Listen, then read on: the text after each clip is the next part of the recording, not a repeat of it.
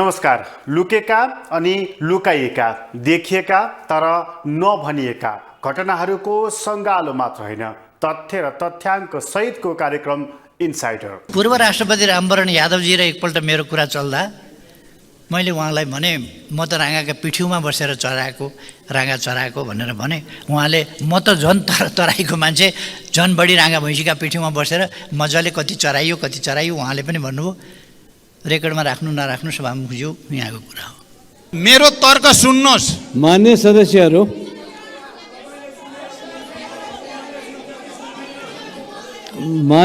मेरो तर्क सुन्नुहोस्। तपाईँ विरोध गर्नुहुन्छ भने विरोध गर्ने अधिकार तपाईँहरूलाई छ। एकैछिन मान्य सदस्य, तपाईँहरूको विरोधको अधिकारलाई चुनौती दिँदै छैन। सामान्य प्रधानमन्त्रीज्यू एकैछिन वातावरण बनाएर मात्रै कुरा गरौँ। सूर्यबहादुर थापा के भन्नु भएको तपाईँले? दर्शकहरू, संसदमा निकै धेरै हङ्गामा भएको छ। भारत भ्रमणबाट नेपाल फर्किएपछि निकै पुलकित भएका प्रधानमन्त्री पुष्पकमल दाहाल प्रचण्डले संसदमा र देशभित्र निकै स्वागत हुनेछ भन्ने ठानेका थिए। तर आफैले बोलेको एउटा अभिव्यक्ति, एक वाक्यले उनी फन्दामा परेका छन्। लिपुलेक, कालापानी र लिम्पियाधुरा यी समेटेका जमिन यदि भारतले दिन आनाकानी गर्दछ भने बङ्गलादेशसँगको जमिन साटाफेर गर्न सकिन्छ भनेर प्रधानमन्त्री पुष्पकमल दाहाल प्रचण्डले दिएको अभिव्यक्ति विवादमा मात्रै परेन, उनलाई त्यही अभिव्यक्तिकै कारणले सोमबार करिब 5 घण्टासम्म संसदको रोस्ट्रममा उभिएरै जवाफ दिनुपर्ने बनायो। संसदीय व्यवस्थामा प्रधानमन्त्री कार्यकारी प्रमुख हुन्छ र तिनै प्रधानमन्त्री संसदप्रति उत्तरदायी हुन्छन्, जवाफदेही पनि हुन्छन्, किनभने संसद सार्वभौम जनताको थलो हो। त्यही संसदमा प्रधानमन्त्री जवाफदेही मात्रै सोमबार हुनु परेन, त्यहाँ उनले उभिएर प्रत्येक प्रश्नको मात्र होइन, शब्दमा खिट्टिम खेल्ने सांसदहरूसँग जुवारी खेल्नु पर्यो। सांसदहरूका कयौं प्रश्नले प्रधानमन्त्री पटक बिच्किएको देखिन्थ्यो। प्रधानमन्त्रीका पटकका शब्द बाणहरूबाट, जवाफबाट सांसदहरू बिच्किएको देखिन्थ्यो। यस्तो खालको बडा रस्साकसीपूर्ण स्थिति संसदमा बनेको थियो, जसले गर्दा रोस्ट्रममा संसदको लागि जानकारी गराउन उपस्थित भएका प्रधानमन्त्रीले एकाध घण्टामै कुरा मिलिहाल्छ अथवा टारिहाल्छु भन्ने सोचेका थिए। तर एकाध घण्टा होइन, 5 घण्टासम्म प्रधानमन्त्रीले जवाब, त्यसमाथि फेरि जवाब, प्रश्न, त्यसको फेरि जवाब, यस्तो खालको स्थितिको सामना गर्नु पर्यो। प्रधानमन्त्रीलाई आइतबार नेकपा एमाले, राष्ट्रिय स्वतन्त्र पार्टी, राष्ट्रिय प्रजातन्त्र पार्टी, नेपाल मजदुर किसान पार्टी यस्ता पार्टीहरूले प्रश्न गरेका थिए। कसरी जमिनको साटाफेर गर्ने कुरा तपाईले बोल्नुभयो, यो देश हित विपरीत छ, यो देशघाती कुरा हो, यस्तो कुरा बोल्न पाइँदैन, यस्तो कुरा बोलेर प्रधानमन्त्री हुन पाइँदैन, संसदलाई जवाफ दिनुपर्छ। यो सवाल उनीहरूले सदनमा उठाएका थिए। आइतबार सदनमा यसरी आवाज उठेपछि त्यसको जवाफ कसरी दिने अथवा त्यसको समाधान के निकाल्ने निकै तनाव उत्पन्न भएको थियो। संसद स्थगित भयो र सोमबारको लागि डाकिएको सदनमा प्रधानमन्त्रीले प्रतिनिधि सभालाई जवाफ दिने भनेर बताइसकेपछि अब प्रधानमन्त्रीले चित्त बुझ्दो जवाफ दिने र सांसदहरूले चित्त बुझाउने, यो एउटा पुरानो परम्परागत कर्म थियो। यही कर्म गर्नको लागि प्रधानमन्त्री संसदमा आएका थिए। तर संसद यसपालि उनलाई भारी परेको छ। तर संसदले भारीपन देखाएको मात्रै छैन, संसदले अलिकति बचकना पनि देखाएको छ, अलिकति बच्चाको जस्तो व्यवहार पनि देखाएको छ। माननीय सांसदहरूका कतिपय सवाल, कतिपय टिप्पणी र कतिपय अब्जर्भेसनहरू अलिकति बचकना खालको देखिएकै पनि थियो, जसले गर्दा प्रधानमन्त्री बोलिरहँदा त्यही प्रधानमन्त्रीले उत्पादन गरेको संसदले अलिकति मानमर्दन जस्तो गर्न खोजेको पनि थियो। सांसदहरूले प्रश्न गरेका थिए, उत्तर सुन्ने धैर्यता थिएन। शब्द शब्दमा उनीहरू औँला ठडाइरहेका थिए, नियमापत्ति गरिरहेका थिए र नियमापत्ति मात्र होइन, प्रधानमन्त्रीलाई थाल खाउँ कि भात खाउँ, रोस्टोमै छोडेर हिँडौँ कि भन्ने पटक पटक वातावरण पनि बनाइरहेका थिए। मेरो तर्क सुन्नुहोस्। मान्य सदस्यहरू,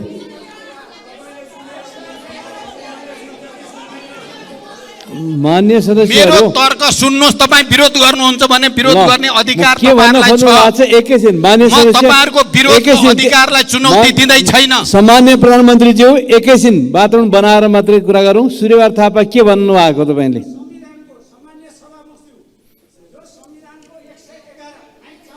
माइक दिनुहोस्। सामान्य सभामुखज्यू, यो संविधानको 111(9) को 10 पछिको तर सम्बन्धी जुन व्यवस्था छ म त्यो पढेर सुनाउन चाहन्छु। त्यसले संविधान प्रतिनिधि सभा संसद विघटन भएर नयाँ आइसकेपछि पहिला भएका विचाराधीन विषयहरू निष्क्रिय हुने व्यवस्था गरेको छ। यो हाँकाहाँकी प्रधानमन्त्रीज्यूले झुट बोलिरहनु भएको छ। म खेद प्रकट गर्न चाहन्छु।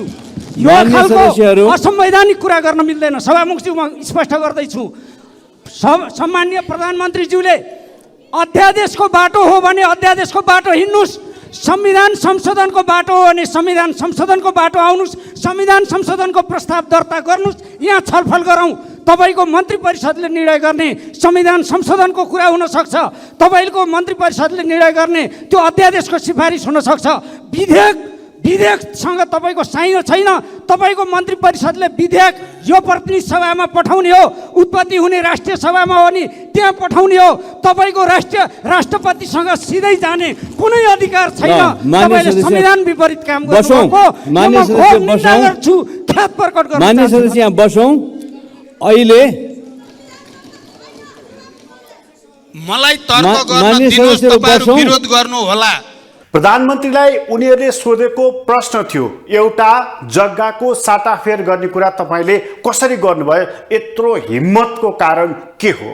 त्यसै गरी उनीहरूले प्रश्न अर्को पनि गरेका थिए नागरिकता विधेयकको बारेमा। त्यो अघिल्लो राष्ट्रपतिले रोकेर राखेको विधेयक अहिलेको राष्ट्रपतिले प्रमाणीकरण गर्नुपर्ने, त्यसको लागि सरकारले दबाब दिनुपर्ने कारण के हो? यो कुरामा पनि उनीहरूले प्रश्न गरेका थिए। केवल प्रश्न होइन, यहाँनिर उनीहरूले आफू राष्ट्रवादी भएर प्रधानमन्त्रीलाई राष्ट्रपतिलाई तपाईहरू राष्ट्रवादी होइन भन्ने ढङ्गबाट सवाल गरेका थिए। यी मूल सवाल थिए। सहायक सवालहरू 50औं थिए। 5 घण्टासम्म कति सवाल सोधिए होलान्, कति सवालका जवाफ दिए होलान्, कति सवालका जवाफ दिएनन् होला, अनुमान गर्न सक्नुहुन्छ दर्शकवृन्द तपाईहरूले। र मूल सवालको जवाफ चाहिँ प्रधानमन्त्री पुष्पकमल दाहाल प्रचण्डले हाँसेरै पचाइदिए। उनले मैले जग्गाको साटाफेर गरौँ भनेर कतै प्रस्ताव गरेको छैन, त्यस्तो प्रस्ताव राख्दिन पनि, त्यस्तो प्रस्ताव राख्ने मनसुबा छैन पनि। सहजै प्रधानमन्त्री यो प्रश्नको उत्तरबाट उम्किएर गएका छन्। म प्रतिपक्षी दलका मान्य सदस्यहरूलाई विनम्रतापूर्वक के भन्न चाहन्छु भने तपाईहरुले लाइन लगाएर मलाई बोल्न पर्यो। तैँले हामीले त प्रक्रिया उठाएको हो भन्न पर्यो। भन्नु एउटाले भन्नुभयो पुगेन, फेरि अर्कोले भन्नुभयो पुगेन, फेरि अर्कोले लाइन लगाएर तपाईहरुले राखिसकेपछि मैले के सोचेँ भने अब मैले पनि यो विधेयकको स्थितिबारे मेरो बुझाइ, सरकारको बुझाइ, गठबन्धन यतापट्टि सत्ता पछि गठबन्धनको बुझाइ त राख्नु नै पर्यो। मैले त्योभन्दा बढी गर्न खोजेको होइन। मैले प्रतिपक्षसँग पनि मिल्ने हदसम्म समझदारी बनाएर जानुपर्छ भन्ने कुरामा म बडो प्रष्ट छु। र मैले यही सदनभित्र पनि यसलाई सुचारू गर्नको निम्ति सरकारको तर्फबाट प्रधानमन्त्रीको हैसियतले मैले भूमिका खेल्दै आएको छु, खेल्दै पनि जान्छु। यो कुरा पनि म प्रष्ट पार्न चाहन्छु। मैले यहाँ विवाद चर्काउन खोजेको पनि छैन। तर हामी अहिले साँच्चै नै एउटा अप्ठ्यारो स्थितिमा संविधानको व्याख्या कसरी गर्ने, के हो भन्ने बारेमा एक ठाउँमा गएर हामी परेकै छौँ। दुईटै सदनबाट दुई पटक पारित भएर राष्ट्रपति कहाँ गएको, र राष्ट्रपतिले होल्डमा राखेको विधेयकको हैसियत के हुन्छ? संविधानले प्रष्टसँग केही पनि भनेको छैन। 15 दिनपछि नगरेपछि स्वतः खारेज हुन्छ, निष्क्रिय हुन्छ। जस्तो अघि मान्य रघुजी पन्तले यहाँ पढेर सुनाउनु भयो, त्यस्तै गरी प्रष्ट भनिदिएको भए त हाम्रो बिचमा विवाद गर्नुपर्ने, बहस गर्नुपर्ने कारणै हुने थिएन नि। दुई पटक पास भएको भए पनि राष्ट्रपति कहाँ गएर 15 दिनपछि प्रमाणीकरण नगरेपछि स्वतः खारेज हुन्छ, निष्क्रिय हुन्छ भनिदिएको भए, वा त्यसो भयो भने नयाँ सरकारले फेरि त्यो विधेयकलाई अगाडि बढाउनु पर्ने छ भनिदिएको भए हामीले विवाद गरिराख्नु पर्ने थिएन। त्यो केही पनि भनेको छैन। प्रधानमन्त्री यो प्रश्नबाट उम्किसकेपछि पनि नेकपा एमालेका सांसद योगेश भट्टराईले सवाल खडा गरे। प्रधानमन्त्रीजी, तपाईले बोलेको भिडियो क्लिप्स मसँग छ, तपाईलाई व्हाट्सएपमा पठाउँ कि अरू कुनै सञ्चार सम्बन्धी माध्यममा पठाउँ? म पठाउन सक्छु। तपाईले संसदलाई ढाँट्नुभयो, उनले किटेरै भनेका छन् र नागरिकताको बारेमा चाहिँ तपाईसँग हामी बुँदागत रूपमा बहस गर्न सक्दछौँ, उनले चुनौती पनि दिएका छन्। संसदमा यस्तो खरो बहस बेला बेलामा हुने गर्दछ। सांसदहरू यति जागरुक भएनन् भने राज्य सञ्चालकहरू शासक हुन्छन् र शासकहरू मनपरी गर्छन्। यो कुरा संसदीय व्यवस्थामा नहोस् भन्नको लागि नै यसै गरी संसदको तल्लो सदन, माथिल्लो सदन, राष्ट्रपति यस्तो डेकोरमहरू तयार पारिएको हो। त्यसैले सांसदहरूले प्रश्न गर्नुपर्दछ र आफ्नो कार्यकारी प्रमुखले भनेको कुरालाई विश्वास पनि गर्नुपर्दछ। नेपालमा एउटा अनौठो हीनता बोध पनि देखिएको छ।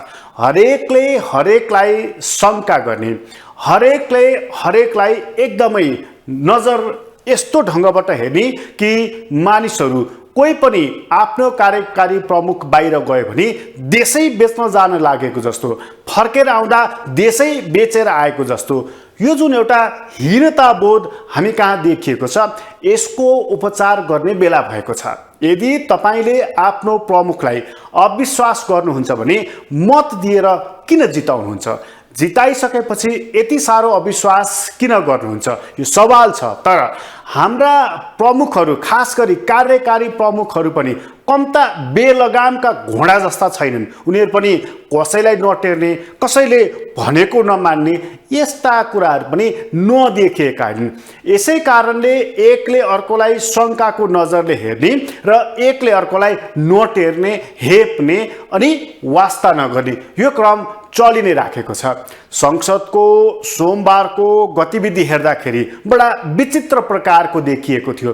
टिप्पणी गर्न त्यहाँ कुनै शब्दको कन्जुस्याइ गरिएको थिएन, अविश्वास गर्न कुनै कन्जुस्याइ गरिएको थिएन, भन्न कुनै शब्द बाँकी राखिएको थिएन। अनि व्यवहार कस्तो प्रकारको थियो? प्रधानमन्त्री बोल्दै गर्दा सांसदहरूले प्रश्न गरिरहेका छन्, सांसदहरू बोल्न खोज्दैछन्, प्रधानमन्त्रीले रोक्न खोजिरहेका छन्। एकले अर्कोलाई खिसी टिउरी गर्ने, कोही हाँसी पनि रहेका थिए, कसैले मजा पनि मानिरहेका थिए। यो विचित्रकै संसद बनेको थियो सोमबारको।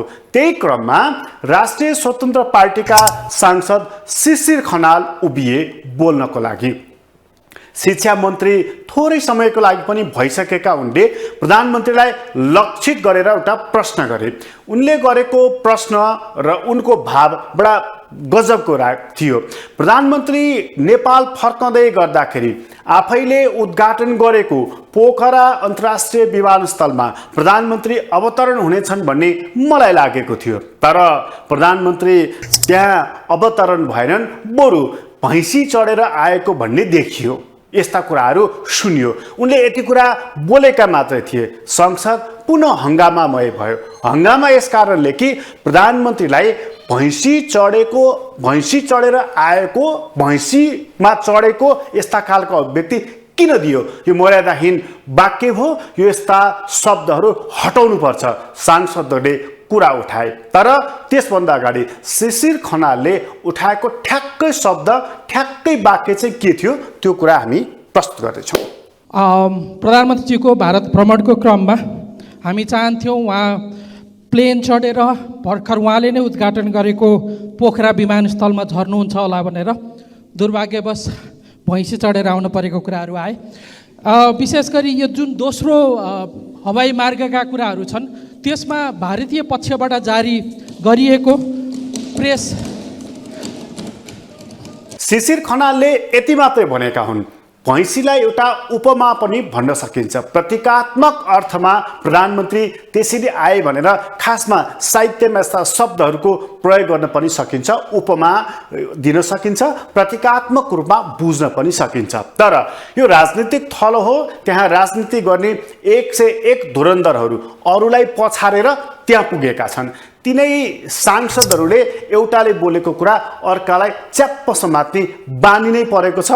प्रधानमन्त्रीलाई शिशिर खनालले समाते, शिशिर खनाललाई अरू सांसदहरूले समाते। शब्द डिलिट गर्नु पर्यो, शब्द मर्यादाहीन भयो। यो मर्यादाहीन शब्द राख्नु उचित छैन भनेर 1, 2, 3 सांसदहरू बोलेको त्यहाँ सङ्ख्या थुप्रै थियो। हितराज पाण्डे त्यसमध्येका एक थिए। अन्य सांसदहरूको सवाल पनि उस्तै खालको थियो। सत्ता पक्षका पनि बोलिरहेका देखिन्थे, विपक्षका पनि बोलिरहेका देखिन्थे, सब बोलिरहेका थिए। सभामुखले उनीहरूलाई एक एक गरेर बोल्नुस् भनेर रुलिङ गरिरहेका थिए। तर सुन्ने कसले, सुन्छ कसले? खासमा माछा बजार जस्तो भएको थियो आजको संसद। मान्य हितराज पाण्डे के हो भन्नुहोस्, मान्य हितराज पाण्डे के हो भन्नुहोस्।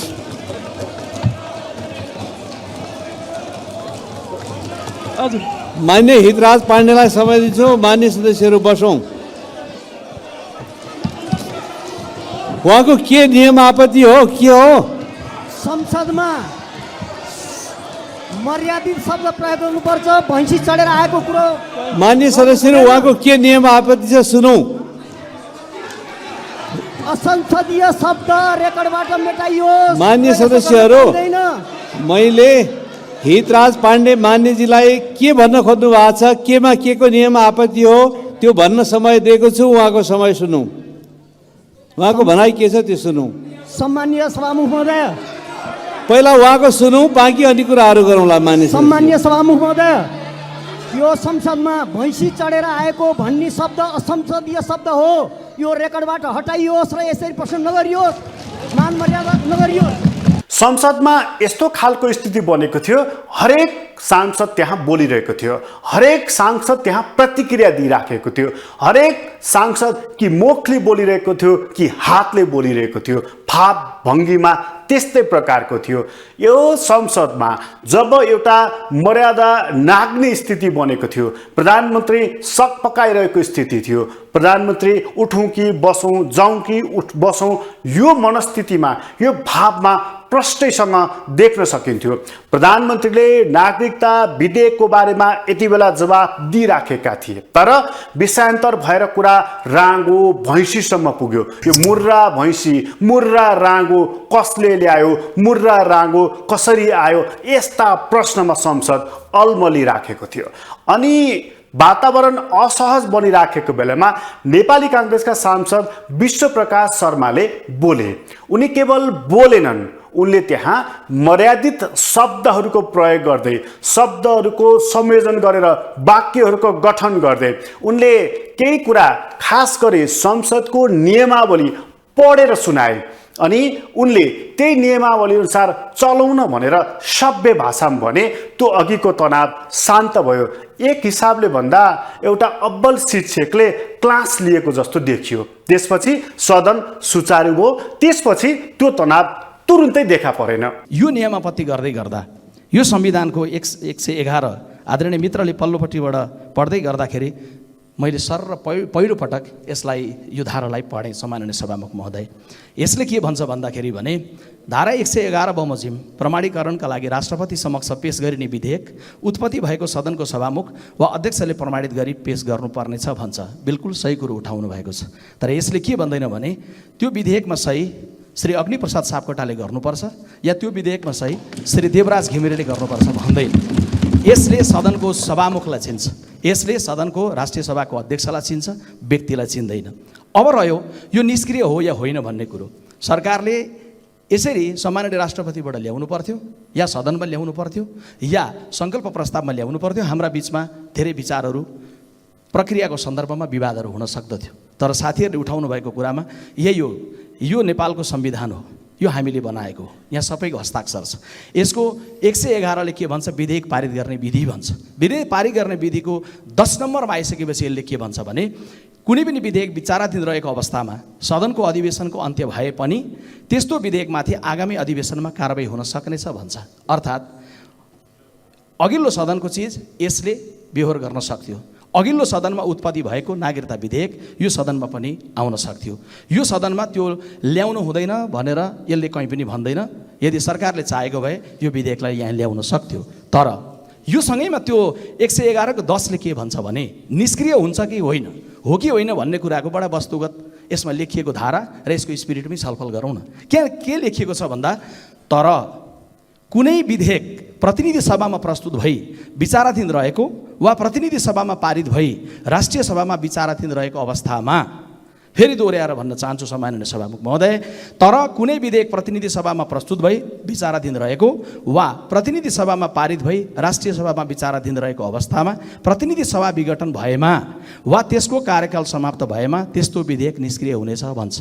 प्रतिनिधि सभा विघटन भएको अवस्थामा या कार्यकाल समाप्त भएको अवस्थामा के निष्क्रिय हुन्छ भन्दा राष्ट्रिय सभामा रहेको कुनै विधेयक निष्क्रिय हुन्छ, प्रतिनिधि सभामा विचाराधीन रहेको विधेयक निष्क्रिय हुन्छ। तर नागरिकता विधेयक प्रतिनिधि सभा र राष्ट्रिय सभामा विचाराधीन थिएन। माफ गर्नुहोला प्रतिपक्षी दलको नेता प्लस आदरणीय साथीहरू, यो विधेयकका सन्दर्भमा हाम्रा विमति हुन सक्छन्, प्रक्रियाको सन्दर्भमा अझै पनि प्रश्न उठाउन पाइन्छ। तपाईँले प्रश्न उठाउँदै गर्दा राष्ट्र प्रधानमन्त्रीजीले त्यहाँबाट जवाब दिँदै गर्दा मात्रै एउटा सांसद उभिएर तपाईँलाई के भन्दैछ भने प्रतिनिधि सभा या राष्ट्रिय सभामा विचाराधीन रहेको भन्नु र प्रतिनिधि सभा र राष्ट्रिय सभाले दुई चोटि पारित गरेर पठाएको भन्नुको बिचमा फरक हुन्छ। यो फरक चाहिँ मैले तपाईँहरूलाई यो विधेयकको रूपमा देखाएँ। र माफ गर्नुहोला, मैले यो मेरो पार्टीको नेपाली काङ्ग्रेसको केन्द्रीय कार्यालय बोकेर ल्याएको बुकलेट होइन, यो नेपाल देशको संविधान हो जो निर्माण गर्दै गर्दा म यो देशको जनता मात्रै थिएँ। हस्ताक्षर तपाईँहरूले गर्नुभएको छ। धन्यवाद। जय नेपाल। विश्वप्रकाश शर्माले यति बोलिसकेपछि सदन शान्त भयो। त्यसपछि प्रधानमन्त्रीले आफ्ना अभिव्यक्तिहरू अगाडि बढाए र एउटा माहौल त्यहाँनिर बन्यो। यसले एउटा कुरा के देखाए भने संसदमा विषयगत ज्ञान भएका सांसदहरूको पनि कमी रहेछ। उनीहरूमा मर्यादा भद्रताको पनि बिस्तारै कम हुन थालेछ। यो कुरा पनि त्यहाँनिर देखियो। संसद अमर्यादित कुरा गर्ने, उच्छृङ्खल कुरा गर्ने, एकले अर्कोलाई आरोप लगाउने यो थलो होइन। संसदकै परम्परागत मान्यतालाई याद गर्ने हो भने एक सांसदले अर्को सांसदलाई नाम लिएरसम्म पनि बोल्न मिल्दैन। एक सांसदले अर्को सांसदलाई प्रश्न सिधा पनि गर्नु मिल्दैन, सभामुख मार्फत गर्नुपर्दछ। प्रधानमन्त्रीले दिएकै जवाफ पनि सभामुख मार्फत सांसदहरूलाई दिनुपर्दछ। तर यस्तो मर्यादाको ख्याल त्यहाँ कसले गरिराखेको छ र? छन त त्यहाँ पूर्व प्रधानमन्त्रीहरू, पूर्व संविधान सभाका अध्यक्षहरू, कानुन बुझेका मानिसहरू, पटक पटक सांसद भएका मानिसहरू थुप्रै थिए। तर मर्यादा नाग्नको लागि कसैलाई रोकिराखेको थियो र विचित्रको संसद सोमबारको बनेको थियो। यो संसदमा त्यसपछि नेकपा एमालेका अध्यक्ष केपी शर्मा ओलीले लामै व्याख्या विश्लेषण गरेर जवाफ दिएका छन् प्रधानमन्त्रीलाई। कति कुरामा चित्त बुझाएका छैनन्, कति कुरामा उनले ठिकै पनि भनेका छन्। तर प्रधानमन्त्रीलाई मर्यादित शब्दमा नेकपा एमालेका अध्यक्षले शब्द पक्रेका छन्। शब्द पक्रेर उनले प्रधानमन्त्रीले चङ्गेज खाँले जस्तो मैले ठुलै विश्व विजय गरेँ अथवा अलेक्जेन्डरले जस्तो विश्व विजय गरेर फर्केर आए भन्ने ढङ्गबाट, त्यही भाव भङ्गिमाबाट संसदमा प्रस्तुत भएको भन्दै तीखो टिप्पणी पनि गरे। तर खासमा प्रधानमन्त्रीले हासिल गरेको, जितेको, ल्याएको भनेको 15वटा मुर्रा भैँसी मात्रै हो, राँगो मात्रै हो। यो जवाफ थियो केपी शर्मा ओलीको। जवाब दिएका पात्र थिए प्रधानमन्त्री पुष्पकमल दाहाल। भन्ने पनि यहाँनिर हाँसिरहेका थिए, सुन्ने पनि यहाँनिर हाँसिराखेका थिए। 146 वर्षसम्म हामीले भोग चलन गरेको भूमि आज आएर पहिले हाम्रो सदर गराउनु पर्यो भने सदर त सदर भइसक्यो नि। हामीले संविधानले सदर गर्यो, सबैले सदर गर्यो, इतिहासले सदर गर्यो, दुनियाँमा भएका नक्साहरूले सदर गरेका छ, ब्रिटिस पार्लियामेन्टमा भएका नक्साहरूले सदर गरेका छन्, विभिन्न विद्वानहरूले भनेका कुराहरूले सदर गरेका छन्। त्यस कारण यसलाई फेरि अब थप यो त वार्तामा त प्रमाण त देखाउनै पर्छ, यो हाम्रो हो। सुगौली सन्धि पेश गर्नुपर्छ, सुगौली सन्धिका धाराहरू पेश गर्नुपर्छ, अरू सन्धिहरू पेश गर्नुपर्छ। हामीले 1916मा ब्रिटिस रेजिडेन्टले लेखेको पत्र पेश गर्नुपर्छ। 1920मा ब्रिटिस रेजिडेन्ट र नेपाल सरकारका बिचमा भएको शारदा ब्यारेज सम्बन्धी एग्रिमेन्ट हो, त्यसको हेर्न पर्ला अथवा विभिन्न विद्वानहरूले लेखेका हेर्नु पर्ला।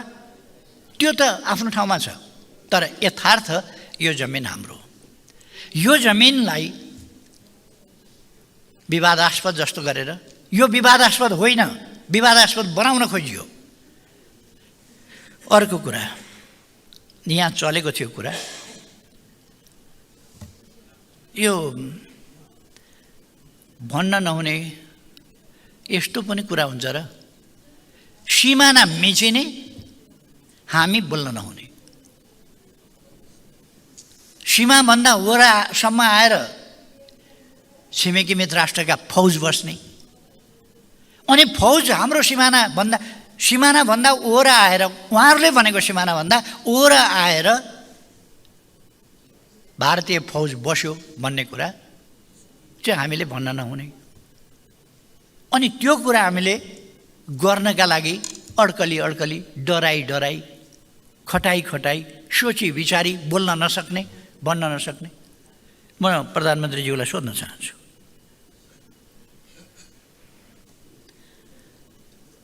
बहुतै यो जस्तो भ्रमणै कहिले थिएन, ऊ जस्तो भ्रमणै कहिले थिएन, आदि इत्यादि।